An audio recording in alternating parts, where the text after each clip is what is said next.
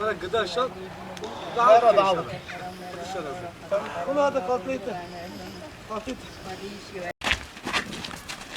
Hadi makamı.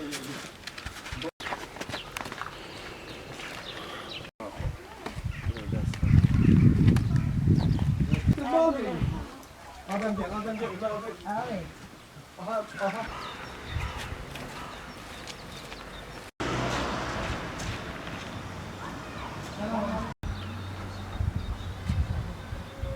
Ramazan ayı yardımlaşma, dayanışma ve birlik olma zamanıdır.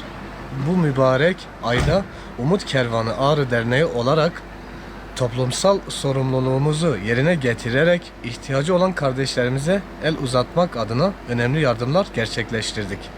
Umut Kervanı Ağrı Derneği olarak Ramazan ayında yaptığımız çalışmalar kapsamında binlerce ailemize ulaştık.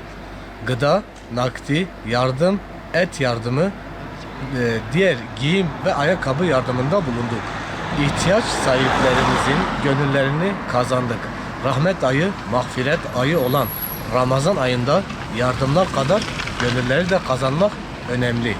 Bizim yardımlarımız Ramazan bayramına kadar çok yoğun bir şekilde devam edecek. Hedefimiz ulaşmadık muhtaç aile kalmayacak inşallah.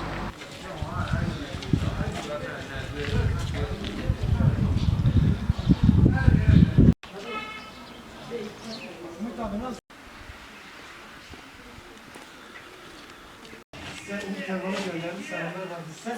Ramazan'ınızı kutluyoruz.